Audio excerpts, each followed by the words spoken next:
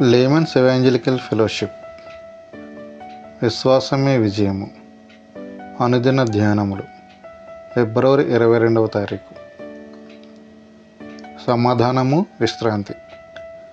ప్రయాసపడి భారము మోయుచున్న సమస్త జనులారా, నా యొద్దకు రండి, నేను మీకు విశ్రాంతి కలుగజేతును. మత్తయి సువార్త 11వ అధ్యాయము 28వ వచనం.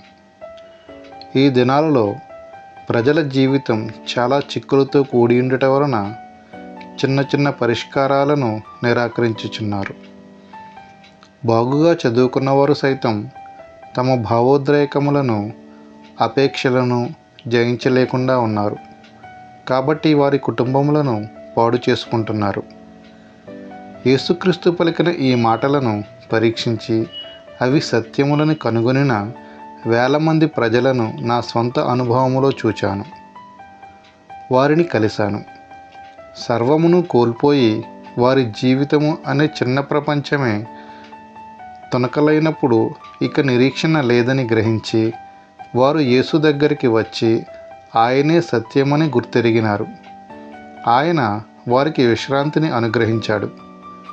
కొంతకాలం క్రితము ఒక యవ్వనస్తుడు తన భార్యకు విడాకులిచ్చినట్లును, తగిన అమ్మాయిని వివాహము చేసుకోవాలని ప్రయత్నిస్తున్నట్లును నాకు ఉత్తరము వ్రాశాడు. అతని వివాహము పూర్తిగా తెగిపోయినది.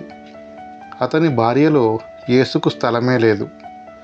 నిరంతర ఉద్రేకాల వలన వారిద్దరూ నరాల బలహీనతతో బాధపడ్డారు. దేవుడు నీ భార్యను తిరిగి నీ దగ్గరకు తేగలడు. భార్య జీవించుచుండగా మరలా పెండ్లి చేసుకుంటే అది వ్యభిచారము అనబడుతుంది. నీ భార్య తిరిగి రావడానికి నీ తలుపులు తెరిచి ఉంచు అని నేను అతనికి వ్రాశాను. నా మాటపై అతడు నమ్మకం ఉంచాడు. తన పాపముల నిమిత్తము పశ్చాత్తాపపడి శుద్ధీకరణ కొరకును, విరిగిన తన కుటుంబాన్ని తిరిగి కట్టుకొనుటకును, చీకటి శక్తుల నుండి విడుదల కొరకును వెతకడం ప్రారంభించినాడు. ప్రభువు మా ప్రార్థన ఆలకించాడు.